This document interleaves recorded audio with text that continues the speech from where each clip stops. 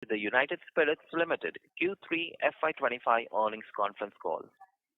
As a reminder, all participant lines will remain in the listen-only mode, and there will be an opportunity for you to ask questions after the presentation concludes. Should you need assistance during the conference call, please signal the operator by pressing star, then 0 on your touch-tone telephone. Please note that this conference is being recorded. I now hand the conference over to Ms. Shweta Arora, Head of Investor Relations for United Spirits. Thank you, and over to you. Thank you. Good afternoon, everyone, and welcome to United Spirits' third quarter and 9 months ended December 24 earnings call. I wish you and your loved ones a very happy, healthy, and successful 2025.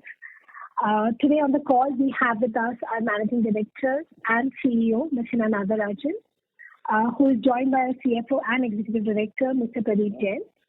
As always, we will kick off today's call with Hina sharing her thoughts on operating environment and business performance. This will be followed by Pradeep taking you through the financial highlights of the quarter, post which we will open the forum for Q&A. I request all of you to please refer to the financial releases available on the stock exchange and on company's website. With that, I now request Hina to commence today's call. Thank you, and over to you, Hina. Thanks, Shweta. Good afternoon, ladies and gentlemen. A very happy new year to all of you. Thank you for joining us on the Q3FY25 earnings call of United Spirits Limited. To start with, I would like to give a brief update on the demand environment with specific focus on our industry and category. While food inflation remains sticky, consumer social occasions have risen, and there is a sequential improvement in overall sentiment of celebration in the festive October-December quarter. This has helped improve demand for alcohol, which is emerging to be little more resilient than other CPG categories. It's also encouraging to see continuity of the long-term premiumization trend, even though the top end might take a few more quarters to regain its historical momentum. There are no major signs of downtrading observed in the portfolio, and with this, we hope for some more consumption revival going forward, albeit slowly and steadily. On performance of the quarter, our overall net sales value grew 14.8% over prior year same quarter, with prestige and above net sales value growth of 16.1 year-on-year. The price mix for P&A was at 4.9%. While the demand has picked up sequentially, as mentioned above, there is still relative moderation at the top end of the market. We did witness some buoyancy in the seasonal demand owing to festive, wedding, and winter season, with our brand remaining salient with the consumer. In the overall growth, the state of Andhra Pradesh has contributed 6.1% of growth points in the third quarter, and on YTD basis, it will translate to 2.4% growth points. With this quarter coming in line with our expectations, we are on track on our year-to-date aspirations, and our focus remains on full-year objective of double-digit growth on P&A. On EBITDA growth, I'm pleased that we are delivering ahead of NSV growth. This is driven by a combination of both internal and external factors. Overall commodity inflation is relatively muted, and our ongoing COGS productivity interventions as well as key levers of revenue growth management, that is headline pricing, mix management, and trade spend productivity continue to deliver well. A brief update on our portfolio, touching upon first the recent innovations and renovations. Starting with the new X Series, the non-whiskey portfolio offering from the House of McDowell. The X Series has now been rolled out to 5 markets, Maharashtra, Goa, UP, Rajasthan, and MP. While it is still early days, we are particularly delighted with the enthusiastic response it has received and hope to replicate that level of quick success in more geographies as we move forward. On tequila, Don Julio core variants are now available in over 20 cities. Festive season was strong for Don Julio. The activation of Day of the Dead followed by Don Julio leading year-end and New Year celebrations generated high visibility and talkability across the country with elevated social engagement and generating an earned media reach of approximately 15 million. The initial response to our newly launched Smirnoff vodka flavor, inspired by the Indian palate, is very encouraging. There were quick tertiaries on Mirchi Mango and Minty Jamun in the first launched market. Over the next few months, we aim to quickly expand to other salient markets, and focus will be on generating trials and repeats effectively. Coming now to our prestige portfolio. On McDowell's #1, we focused on scaling the Yaro Wali Baat campaign on mass media with a strong presence on television and cinema. We also activated the New Year season with a digital activation on Moj, which crossed the landmark 1 billion views mark. On Royal Challenge, we are doing several activations across media, TV, digital, print, cinema, on ground, along with innovative platform association with Sports Diary. The brand also tapped into influencer marketing during the India-South Africa bilateral cricket series in November. We are scaling our new Choose Bold campaign and going deeper into boom towns with cinema, boosting presence in single screens in Tier 2 and 3 towns in key markets. The newly introduced 180 milliliter pocket pack on Royal Challenge is launched in Assam, Rajasthan and Maharashtra. This pack innovation is what we call a triple benefit intervention, driving consumer penetration through convenience, significantly improving carbon footprint relative to glass, and driving COGS value chain productivity. On Royal Challenge American Pride, it was an event-filled season where Royal Challenge American Pride sponsored 20 plus large events, including Karan Aujla, Indian leg of Peter Cat Recording Company's global tour, Indian Ocean, Thaipuram Bridge, along with topical events for Halloween and New Year. In addition to this, there were off-trade activations for the festive season as well. Antiquity Blue hosted Beyond the Barracks, a unique initiative designed for the armed forces. This platform celebrates self-discovery and showcases the wide range of talents within the armed forces community. Coming now to our Bottled in Origin and Bottled in India portfolio. We launched the new Johnnie Walker trademark campaign featuring global icon Priyanka Chopra Jonas with omni-channel activation. The response to the campaign has been extremely positive.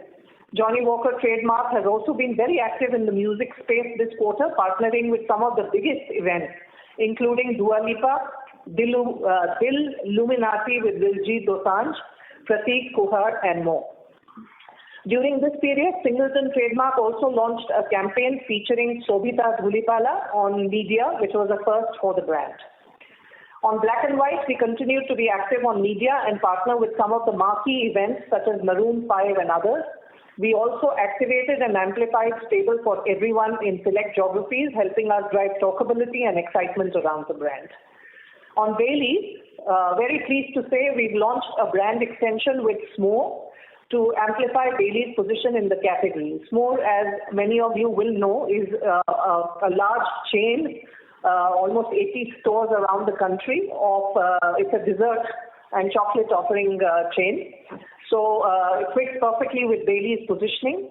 We've introduced a delectable range of SKUs that showcase the indulgence and versatility of Baileys and craftsmanship of S'more chocolate. Now, these desserts are already available in Mumbai, Pune, and Bangalore. Overall, the festive season has driven strong growth for the alcobev category, re-establishing its integral role as part of social celebrations. Weddings, as always, also had a key role to play during the peak season. Touching briefly on our awards and recognitions in the quarter, Godawan continues to win accolades for Diageo India at global platforms. We have won 3 prestigious Pent Awards for Godawan 100 Purpose and Design. It is a testament of Godawan's craftsmanship that reflects in its winning proposition and story. With this, Godawan Awards tally now stands at 75 plus. In addition, Royal Challenge was recognized at Maddie's 2024 awards and has won 1 gold and 2 silvers. Looking ahead, we maintain cautious optimism on the demand environment in the short term. Our activation plans for the festive season and beyond are delivering desired results as we maintain our steadfast focus on productivity across the value chain. We also are endeavoring to continue to scale up our business in the newly opened state of Andhra Pradesh. Overall, we remain optimistic on the mid to long-term potential of the India consumer story and will continue to invest in our brands to sustain the long-term competitiveness of our portfolio. With this, I hand over the call to Pradeep for an update on the quarter's financial performance. Thank you, Ina, and a very warm welcome and Happy New Year to everyone. As always, it is a delight to interact with all of you and wishing all of you a happy new year again. Before calling out the quarterly financial performance highlights, we'll request everyone to please refer to the results press release posted last evening. As Hina mentioned, it was a resilient quarter amidst a still moderate but sequentially improving demand environment. Buoyed by a vertical scale-up in the state of Andhra Pradesh, our portfolio NSV for the quarter grew 14.8% year-on-year, within which the prestige and above segment grew 16.1%. The quarterly growth numbers excluding Andhra Pradesh stood at 8.7% for the total portfolio and 9.2% for the prestige and above segment. These numbers validate our sentiment of a sequentially improving demand environment. Price mix for the quarter was 4.6%, and if we exclude Andhra, it is at 5.2%. This is an improvement sequentially, but still below our aspirations for a festive quarter. This is stemming from the relative moderation in the demand at the top end of the portfolio that Hina has already referred to. This aside, the premiumization ladder is holding absolutely intact. As already called out in the top-line growth breakup, this quarter includes the ramp-up of the business in the state of Andhra. That includes retail pipeline filling as it transitions from government to private during the quarter. On a lighter note, please do remember this when we lap this quarter next year. The true quarterly run rate, as we have mentioned earlier, for Andhra will get determined in another couple of quarters. All taken together, we are now back on track on our year-to-date aspirations for the overall business, inclusive of Andhra. Gross profit for the quarter was rupees 1,535 crores with a gross margin of 44.7%. This is a 131 basis points improvement over the prior year's same quarter. Our marketing reinvestment rate during the quarter was 11% of net sales. The step up is in line with investments behind our brands during the peak festive season. This was also to drive consumer engagement on innovations and renovations and to keep our overall virtuous growth cycle intact. EBITDA for the quarter stands at 588 crores, a growth of 19.7% over the prior year same quarter, and EBITDA margin is at 17.1%. Overall, our PAT for the quarter is 473 crores with a PAT margin of 13.8%. In conclusion, would say that we are happy to have put the runs on the board in the critical October-December quarter and look forward to closing out fiscal year 24-25 with exactly the same intensity. With this, we can now open the floor for Q&A. Thank you. Ladies and gentlemen, we will now begin the question and answer session. Anyone who wishes to ask a question may press star and one on their touchtone telephone. If you wish to remove yourself from the question queue, you may press star and two. Participants are requested to use their handsets while asking a question. Ladies and gentlemen, we will wait for a moment while the question queue assembles. The first question comes from the line of Avnish Roy from Nuvama. Please go ahead. Congrats on the good set of numbers. My first question is on Andhra market. So in terms of the supply side, in terms of the market share, also if you could talk about, is it reflecting your pan-India market share? Is it now similar, say, in Andhra? And in terms of the profitability in Andhra, again, how good is it? And any teething troubles, if you could highlight, because this was the first quarter, any teething troubles for you or for the industry, and any discussion with the government if that's needed? Avnish, I'll start. Good to hear you. And then Pradeep can add to that. So I would say yes, in Andhra we have got our fair share. And it does reflect, what we are doing nationally. And basically there were teething issues. I mean, we had to stand up a full team in a very short period of time and ramp up our supplies. And obviously with retail pipelining and, the market starting up, it was quite difficult to forecast. But I think the teams have worked really hard together to sort of put it together. And we are very satisfied with where we've reached. I think the scale up we are quite pleased with. And there are no further teething issues to really discuss. I think, over the next 2-3 quarters, we should see business as usual, stable sort of demand situation emerging. And, our team is equipped to handle the same. And in terms of Yeah. So maybe, Amish, you had mentioned about the profitability. If you look, Andhra, the prices are very similar to Telangana, right? But we are obviously, our cost footprint is much superior to Telangana. So, it's slightly better than Telangana, right? That's all that I can say at this stage. And in terms of supply side, again, everything is local, or are you importing from? Very much. No, it is local. Very much. We have ramped up local production. Right. My second question is on the leadership change. So, 4-year tenure, brilliant job in terms of innovation, in terms of margin improvement. Wanted to understand more from the background of the new person who will be joining in March. So essentially non-alcohol industry background, media background and safety background.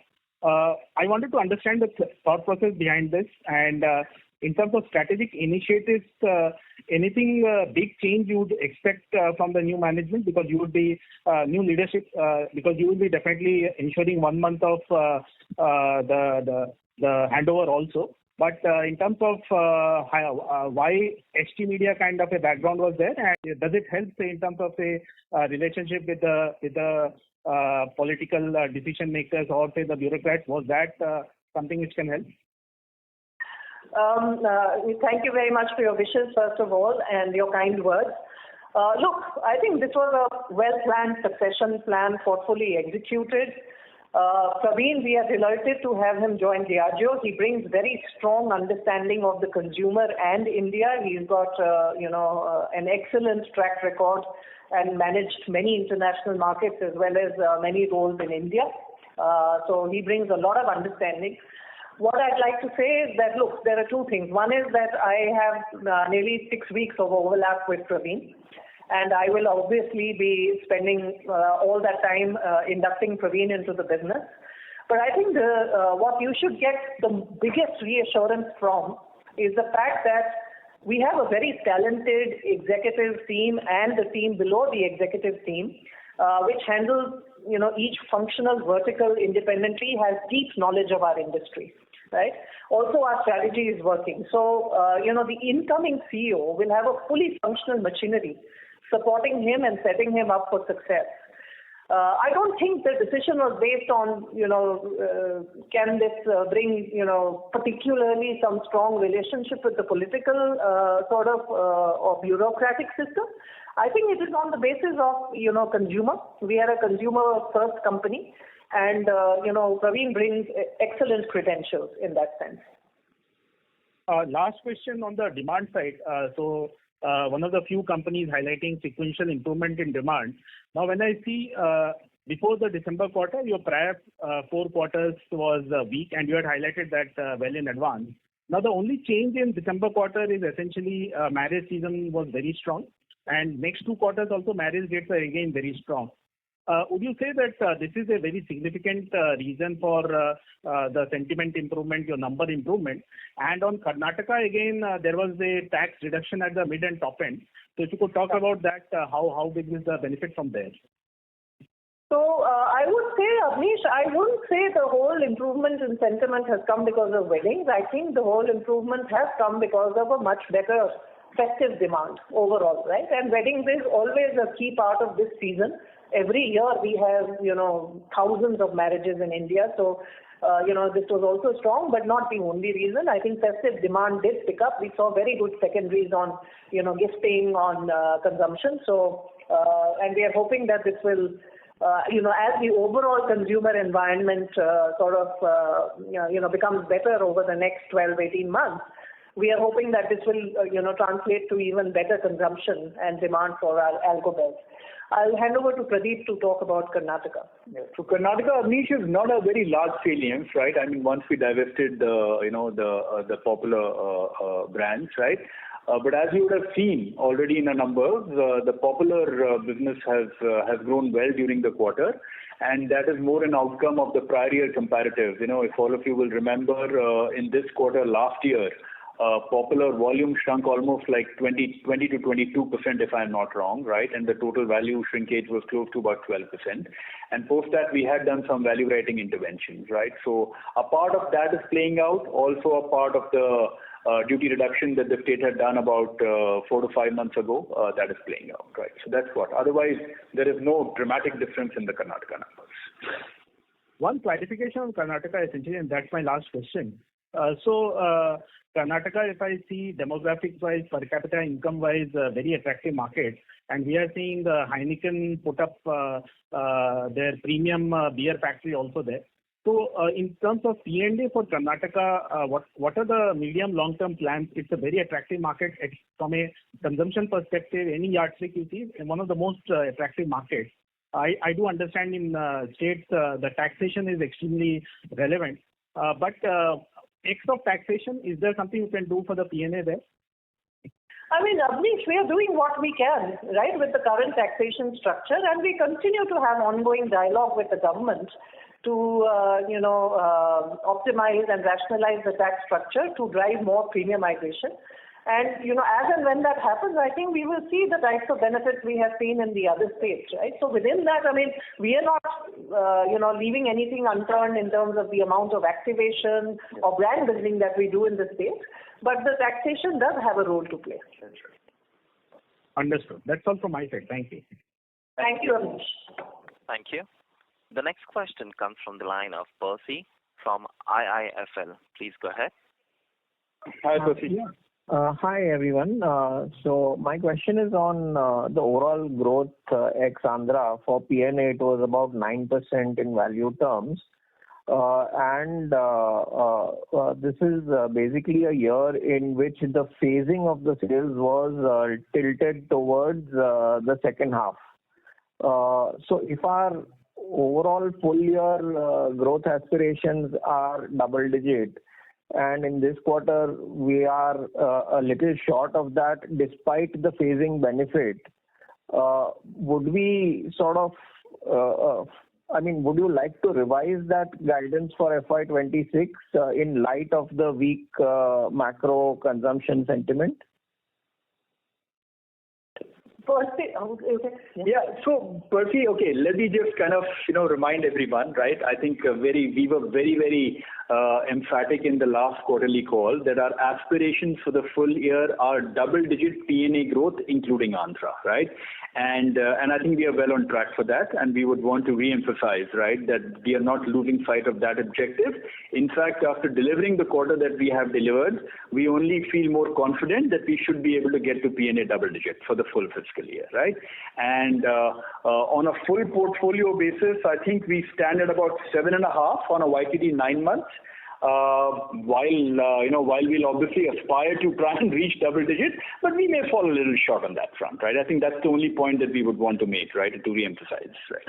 Understood. Also, Andhra, if I recall correctly, you had mentioned 1 or 2 calls ago that basically before the problem started and you exited, it was around 4% of your overall top line. And in the very first quarter, you have sort of achieved 6%. Now, obviously, there is a channel fill in here in addition to the offtakes. So just wanted to understand in this industry, normally the total channel, whatever distributor plus retailer, the total channel is typically how many months of sales? Nothing to do specifically with this quarter or Andhra fill in, but generally I'm asking that in this industry, what is the total channel as number of days? Yeah. So, Percy, I think you've answered the question yourself, right? The 6% reflects a lot of retail pipeline filling as well as the stocks at the corporation depot warehouses. I think there are 21 of them in Andhra, right? So that's the one which takes the 4.5 range that I had given to the 6.1 for the quarter, right? And broadly, if you look, I don't think we have we have visibility into what kind of inventories the retailers hold, but very, very broadly, I can take a guess. They'll probably hold about 30 to 35 days of inventory the retailers will hold, and another 20 to 25 days with the corporation depot. So that's about 60 days of inventory holding. Yeah. Okay. And again, I'm sure you don't have the exact data, but you have a lot of intelligence, feet on street, etc. So in your best estimation, what is actually the offtake level sales in Andhra this quarter as a percentage of your total sales? No, so too difficult to call out now, right? Maybe in the next couple of years, whatever the primary sales are, that in couple of quarters, right? The primary sales itself will reflect the trend of the replenishment, right? So that will be a reasonably good indicator. Yeah. Understood. And would it be fair to assume that this 6% contribution that you have seen this quarter, it will not be this high in the coming quarter, in the March quarter, because you will not have the channel fill in, and it will more or less reflect the secondary sales? Absolutely. That's right. Absolutely. It should moderate. Okay. Understood. Yeah, that's all from me. Thank you. Thank you. Thank you, sir. Thank you. The next question comes from the line of Avi Mehta from Macquarie. Please go ahead. Hi, Avi. Hi, Pradeep. Pradeep, I wanted to just pick up on your comments on the weakness in the top end. Could you please share your thoughts on what, in your view, is driving it, and by when do you see this changing? It would be great to kind of get some thoughts on that. Yeah, I think we called this out a couple of quarters ago. 8 to 10 quarters ago, we had said that there is some moderation in the momentum of the market, but we were still seeing the premiumization ladder intact within our category. And then a couple of quarters ago, we called out that yes, the top end is moderating. And it's clear. I think it's the overall inflationary pressure, right? And the overall sentiment of I think the flow of everything that's happening, there is, a new budget, there is some uncertainty, in front of you. So the consumer sentiment, though better than the rest of the world, also came down in India, and that has reflected at the top end. Whereas we have actually seen very good growth in the middle bulk of our industry. And, that's also evidenced in our price mix during the last couple of quarters. But I would say that considering the overall macros around luxury consumption in India across multiple categories, as of now, we believe this is a temporary blip and not structural. And we are confident that the top end will gain momentum over the next few quarters. So, I hope that over the next 3, 4, 5 quarters, we will see again that, momentum that we saw a couple of years ago. Yeah, Avi, it could also be, I'm just adding to what Hina said, it could also be a little bit of normalization of the, of the post-COVID revenge consumption, right? I mean, that has and a little bit of the, of the tailwinds we had from the duty free to the duty paid, right? So part of that would be normalizing, right? So I think those are the added factors in addition to the overall macros. So longer term, but we don't expect any concern on this front. It should rebound. And I must say that in the quarter gone by, we did see some rebound. Yes. So we are optimistic about this. Okay, perfect. This is very clear. And second is on the EBITDA margin. Now, I just wanted to understand, you pointed towards benign input costs. Clearly, you're confident on the double-digit expectations for prestige growth. In that context, how should we see EBITDA margin expansion with whatever you've done in 9 months suggests, or is that the right trajectory in terms of expansion to take? If you could share your thoughts on that as well, please. Yeah, Avi, I don't want to give a guidance. I think the good thing at the end of 9 months is we've expanded margin very, very handsomely, right? And our philosophy. The intent is always to expand a little bit of our margin, plow some part of that back into A&P to keep our growth flywheel absolutely intact, and retain something in the P&L, right? So that's the overall philosophy. Inflation, I do want to call out up front, right? So neutral alcohol spirit remains high single digit to low double digit, right? That is not moderating at all. In fact, 4 or 5 days ago, I did hear that the government is considering another price increase, right, on ethanol, right? So therefore, that could have a further headwind. Glass is what was neutralizing it. This is probably now the 3 quarters have passed where glass is deflating, right? So we will start lapping the low prices from probably February, March onwards, right? So therefore, sequentially it may not change, right? But in terms of the benefit versus prior year, where glass was neutralizing neutral alcohol spirit, will go away, right? So those are the two big things that I wanted to share. But like I said, our productivity muscle is functioning well. Our revenue growth management is overall functioning well. So we will continue to chug along. Okay, Pradeep, I get it. So you, if I were to paraphrase it, would it be fair to say you are more confident on margins versus last quarter? Would that be a better takeaway to take instead of numbers? When you say margins versus last quarter, mean last 2Q, what you shared on how you expect EBITDA margin expansion versus what you would see now. That's fair, absolutely. I would agree completely, right? Because 9 months, whatever we've already landed, unlikely that will go away in 1 quarter. Yeah, so be rest assured of that. Perfect. No, lastly, thanks a lot, Hina, for sharing your thoughts and driving such a strong performance in the company. It has been a pleasure interacting with you, and I wish you a lot of luck for your future endeavors. Thanks so much, Avi, and thank you for your continued support to us. Thank you. The next question comes from the line of Jay Doshi from Kotak. Please go ahead. Hi, Jay. Hi, good afternoon. Thanks. Sorry, I'm just repeating what Avi also. So it's been a pleasure, tracking USL's progress under your direction, Hina, and congratulations and best wishes for the global role. I've got 2 questions. One is, there are some news articles that Delhi government is, considering changing the ordering system, which may help the larger players, and Pharma is not operating in Delhi. So how should we think about this, if at all? And could you tell us a little bit about what your market share is in Delhi today, and on absolute basis where it stands versus peak volumes that you were doing in Delhi? That is one. Second is, this exceptional charge of 65 crores, pertaining to supply agility program. How should we think about your employee cost structure, quarterly employee cost run rate, starting next quarter? This quarter it's high. I'm assuming it could be related to incentives pertaining to the last year. But how do we sort of model the benefit of this agility program? Okay, Jay, first of all, thank you so much for your kind words, and thank you for your continued support to Diageo India. And then I'll hand over to Pradeep to explain the employee cost, etc. So on Delhi, Jay, I would say that we would not like to comment or speculate on the situation. Right? We will operate as per the guidelines in the state. I mean, if you remember 2 years ago when the route to market changed, we have said since then that our business became very small, a very small component of what it used to be, largely on account of the way the route to market is. So it is a fraction of Pradeep where we used to be a couple of years ago. So I mean, in your mind, if you believe that are we getting some extraordinary benefit out of Delhi? Actually, we are not. It's quite small. So let's wait to see how the situation evolves, and we will. Should there ever be an opportunity, right?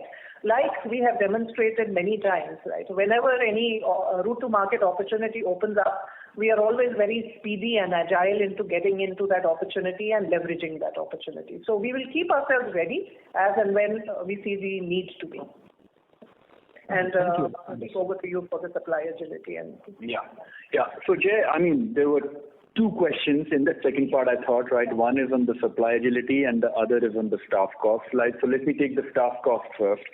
Look, where I want to start is that I hope all of you will agree we've been very, very disciplined over the years, right? I think after 5 to 7 years of holding and optimization, now we believe that we've reached a steady state, and if we try and do anything further, we'll start cutting into the muscle, right? So therefore, we will need to invest in our organization for sustained growth, right? And during the quarter, a couple of things, right? One is Andhra, we had exited completely. So we have had to set up the supply organization and more important than that, the demand organization, right? So the demand organization is a large team, right? Because it's a very, very salient state, right? So that impact has fully come in, right? And also, you would have heard Hina and me talk historically that we do, as we go ahead, we do want to increase the contribution of innovation to our overall growth algorithm, right? So therefore, we are kind of strengthening the innovation commercialization team over the last 3 to 4 months as more and more innovation offerings come into the marketplace. So I think those are the 2 reasons where you will see a steady state of employee cost investments, which will be in line with normal growing organizations requirements, right? So that's the bit on the investment part. And also October December, our annual cycle is 1st October to 30th September. So the full impact of the merit increases, which is absolutely in line with industry norms, has come into play, right? So that's on the staff cost. Your point on supply agility, I mean, the two are not linked, right? I mean, very, very marginal part of that might be linked because in the Ind AS, the plant staff cost also goes into staff costs, right? So, but no, that's as part of our normal manufacturing footprint optimization. We have shut one of the units operationally, which was part of our supply agility program, and we have kind of already activated our third-party manufacturing unit in that stage. Understood. Does that Thank help? you. Yeah. Thank you so much. Good luck. Yeah. Thank you. Thank you. Thank you.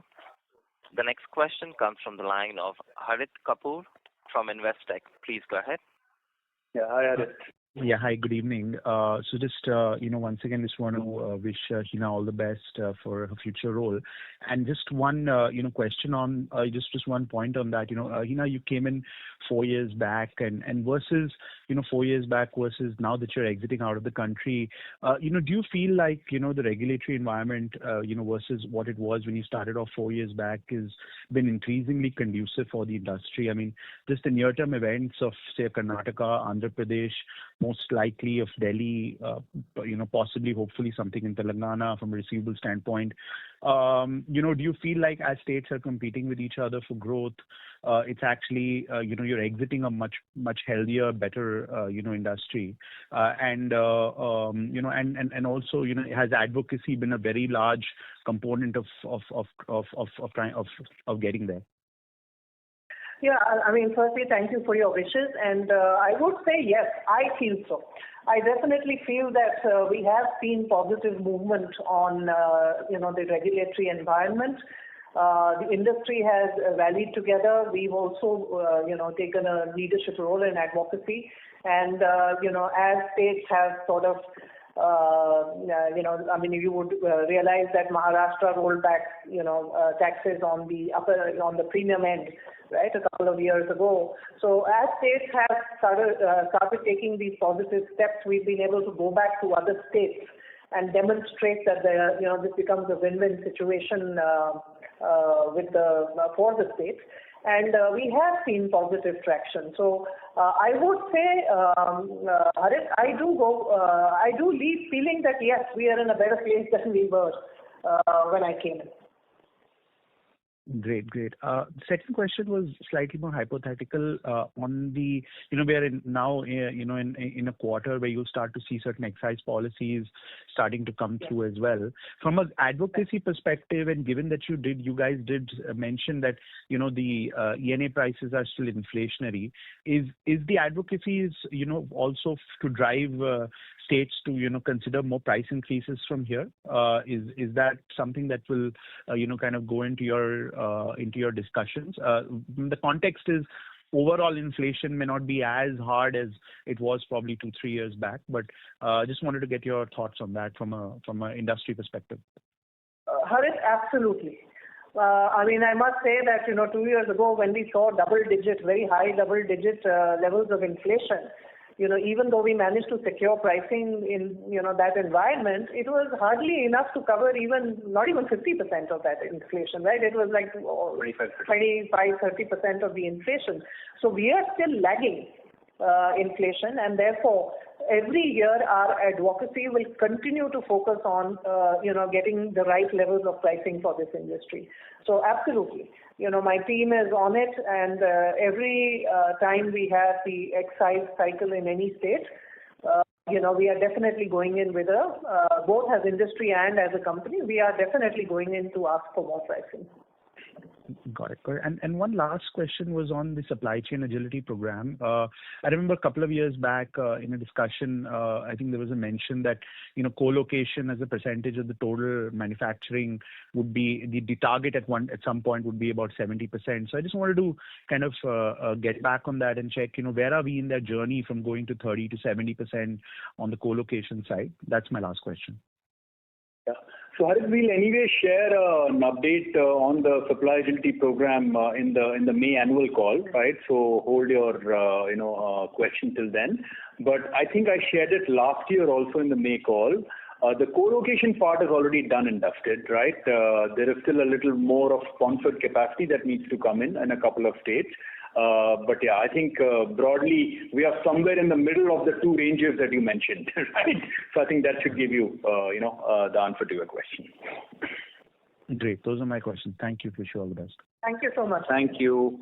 Thank you. The next question comes from the line of Krishnan Sambamurthy from Nirmal Bang Institutional Equities. Please go ahead. Yeah, hi team. Good evening. One of the northern states was a significant detractor to growth in the second quarter, and from what we are gathering, things are relatively better there. Would you be in a position to say that the worst is over from that particular state perspective? Yes, I would say yes. The problem in that state is by and large resolved, and we are happy with where we are now. This quarter, absolutely comfortable, but in this category, you can never say anything. So, with that caveat will always stay. And in case of the popular segment growth, you have called out, I'm assuming that is Karnataka, where there's been an excise reduction. Would it be possible for you to quantify how much was the benefit from Karnataka on a YY basis for the popular segment for the quarter? No, so we don't do that, Krishnan, ever, right, state-wise. But I think the overall look, popular is such a small percentage of our overall business salience, right? And we've called out, right, that from what the last couple of quarters, we were shrinking at flattish to a low single digit, and that 9% growth is largely the impact of a prior year comparative factor, right? In terms of absolutes, my sense is that the trajectory won't dramatically change. It will remain in that flattish to probably a low single digit decline. Okay, thanks, Pradeep. Thanks, Hina. Thanks. Thank you. Thank you. Ladies and gentlemen, if you wish to ask a question, please press star and 1. The next question comes from the line of Arnav Mitra from Goldman Sachs. Please go ahead. Yeah, hi. I had actually one main question on the top end moderation, and because this is quite contrary to what we've seen in every other consumer category, where actually the top end is doing the best and everything else is struggling. So was wondering whether there is any geographical specific issue here, and are you growing competitively? Has the entire category slowed down, or there is some kind of a competitive issue here also? So just wanted to check on geography and competition for top end. I would say that a geographical issue here. We have seen overall moderation, and I think it is linked more to the consumer sentiment and macro environment rather than anything else. And we perform very competitively in this segment, and we continue to do that. Right, and any interventions that you think are needed from your side to get the growth rates back up here? I'm just wondering whether affordability or more marketing, or do you think it's just a macro and you probably don't need to change much here and wait for the consumer demand to come back? No, we continue to invest in our brand building and build the equity of our brands, right? And some of our brands, do have what we call the pocket pack, which is a smaller unit pack. So, for those who are sensitive to price points, even in that category, right, and want to put in a smaller absolute amount, our pocket pack is actually doing quite well across the brands we have it. But other than that, I think we will have to just wait for the consumer sentiments to come back. Sure. That's it from my side. All the best. Thank you, Arnav. Thank you. The next question comes from the line of Avnish Roy from Nuvama. Please go ahead. Yeah, just one follow-up essentially on Madhya Pradesh. The news of prohibition in the religious towns was there. I understand it's a small market. Would you be concerned if you could talk about any impact you see once the full list of the cities comes? How big are those cities versus Madhya Pradesh, and how big is Madhya Pradesh for you from the pan-India basis? So, Avnish, I would say that This kind of volatility is business as usual in our category. I mean, you followed it for a long time, and you know that we handle our business as a portfolio of states, right? So there are pluses and minuses that happen in states every year. Every quarter actually, and what we do is where there is a minus, we go and expand our reach and efforts in other states, and we get the pluses from there to deliver our overall sales. So I would say the team is not worried. I think these things continue to happen in our industry, and even when it comes, we will deal with it and we will find other avenues for growth. And one last question. Last 2 years, particularly, innovation funnel has been very strong, and most of them have done well. Now the leadership change will happen in around 3 months. So now, next 6 to 12 months, will the focus be more on ramp up of the brands or the innovations which have already been done? Because always there is a cycle where initially a lot of innovation happens and then consolidation happens. So would you go more into the consolidation phase next 6 to 12 months in terms of brand? I would say it's an and game, Avnish. See, our innovation pipeline is defined, 2 to 3 years, previously, right? So whatever is in the pipeline will get launched. Equally, yes, we have very powerful innovations that have been launched. I mean, just to name Don Julio and X Series, I talked about them. Definitely the commercial team will be focusing on scaling these, including Smirnoff flavors, right? So whatever is in the pipeline for launch will get launched. But equally, the commercial team will be sort of focusing on scaling these as in the market, which are only, still starting to roll out nationally. So thanks. That's all from my side. Thank you. Thank you so much, Anish. Thank you. The next question comes from the line of Sanjay Manyal from DAM Capital. Please go ahead. Hi. Hello, team. Just want to understand, a few days back, FCI supply of rice has sort of been allowed, and the price have sort of come down from 28 to 22.5. Shouldn't this sort of result into softening of ENA prices? So, right now, the new crop is anyway on its way, right? And typically, we get a handle of the new crop in about 30 to 45 days, right? Once it's settled down in the market, etc. So we'll have a good sense of our neutral alcohol COGS going forward in the next 1.5 months, I would say, right? But we haven't picked up what you have just said about the FCI bit, but I'm sure we'll get a handle of that over the next. And not only that, structurally, I think it's linked to the government's program of blending, right? So, and that I think the government is actually enhancing the targets and pushing, the agenda forward on that. And that is a key reason for driving the, pricing of ethanol and therefore ENA. So, I think in the balance, we still see structurally inflationary sort of environment for ENA. Okay, perfect. And if you also can give some color on the Godawan, basically, and other innovations which you have done, what kind of a success it has seen over the last, say, a year or so? So I talked a little bit about, them. I think the key innovations, Don Julio, I would say, is doing extraordinarily well. It is growing from strength to strength. We are now in the top 20 cities odd, and we will be rolling out further. But I think tequila has huge traction in the country, and Don Julio has global equity flowing through to India. So we are super excited about Don Julio.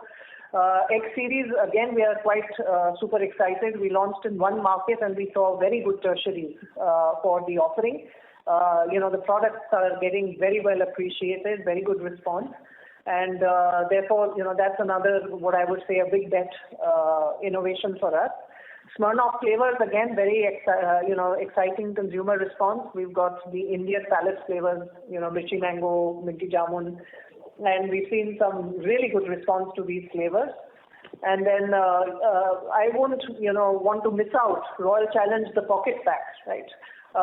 We were just talking about the environment being sort of moderate demand.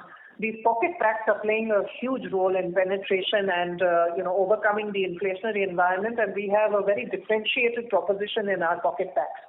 So that's also doing really well for all the brands that we are having in pocket packs. So I would say our innovations are doing extraordinarily well. Godawan has made big strides. I mentioned, it's probably now the most awarded Indian single malt. We launched in the UK in December. I was personally there to launch it, and huge sort of appreciation for the purpose of the brand, for the quality of the product. And we are focusing our energies on really rolling out the brand market by market in India. So, we have sort of increased the distribution in the quarter gone by. We actually put it in Andhra as well last quarter. We've also launched a duty-free version of it, which has just gone into Dubai duty-free and now rolling out in India duty-free. So that's also very exciting. And then we've done actually limited editions for some of the hotel chains like Taj. So, it's getting very good equity and acceptance in the country and outside. Perfect. Thank you very much. Thank you. Thank you. The next question comes from the line of Vishal from Yes Securities. Please go ahead. Yeah, thank you. Just wanted a small clarity on other income on the standalone basis. What is the reason for that? And is it because of preponement of dividend income? Or if yes, then could it be lower in the fourth quarter? So, okay, your voice was not very clear, but I think I get the question. You're seeking in the standalone, what is the driver of the other income, right? Yes. So the big driver is the dividend from Royal Challengers Bangalore, right? Our 100% subsidiary that houses the RCB cricket team. And typically, right, I mean, their entire cycle gets completed around September, October, and therefore October, December is the right time for them to push out the surplus, profits that they have through dividend to USL. So that's what it is, and that's why if you see the consolidated numbers, that gets eliminated. Understood. So that would be around 1.25 billion also? It's about 120 crores. 120. So next quarter, obviously, we won't be seeing that number, which was there last year. That's right. That's right. Thank you. And thank you, Hina, for all the responses over the quarters. Thank you. Thank you so much. Thank you. Ladies and gentlemen, we take the last question from the line of Senthil Manikandan from iThought PMS. Please go ahead. Hi, good evening, and thanks for the opportunity. Just one question. So globally, we are seeing that the emergence of this weight loss drugs, GLP-1, things like that, its impact on the alcohol volume. So it's very nascent stage, I think, understand, but I would like to hear your comments on this and how we are structured strategically. So that's. Look, I would say at the moment, it is very small. I mean, globally, we are tracking the development of this category. And we don't see, today a structural impact on our category. And I would say even lesser so in India. So, but we do keep our eye on consumer trends, right? And we do keep an eye on trends that can impact our industry. So at the moment, I would say that, there is nothing for us to do structurally on account of this. But, it's a wait and watch. Okay. Yeah, thanks. Thank you. Thank you. Ladies and gentlemen, that was the last question. I now hand the conference over to Mr. Pradeep Jain for his closing comments. Thanks.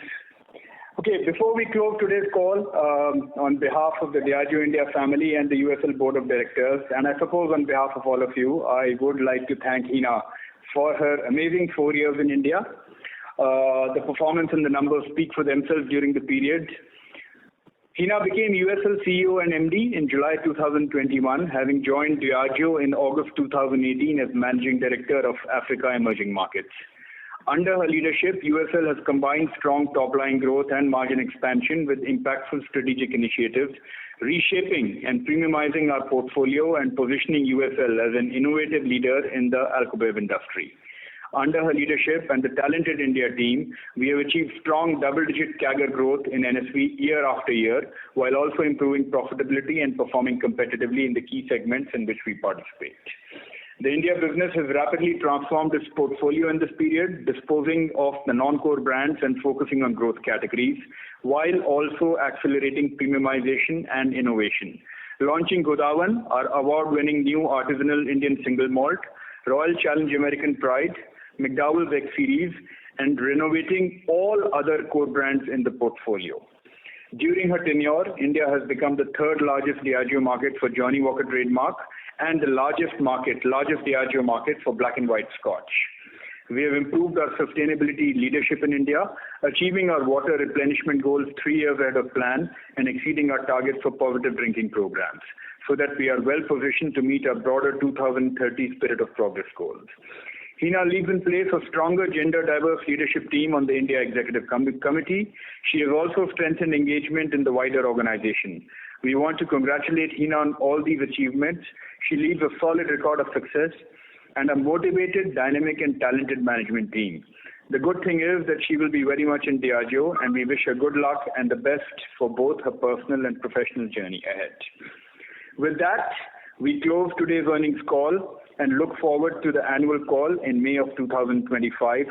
I will also have the privilege of introducing Praveen to all of you in that call. Thank you and be well till then.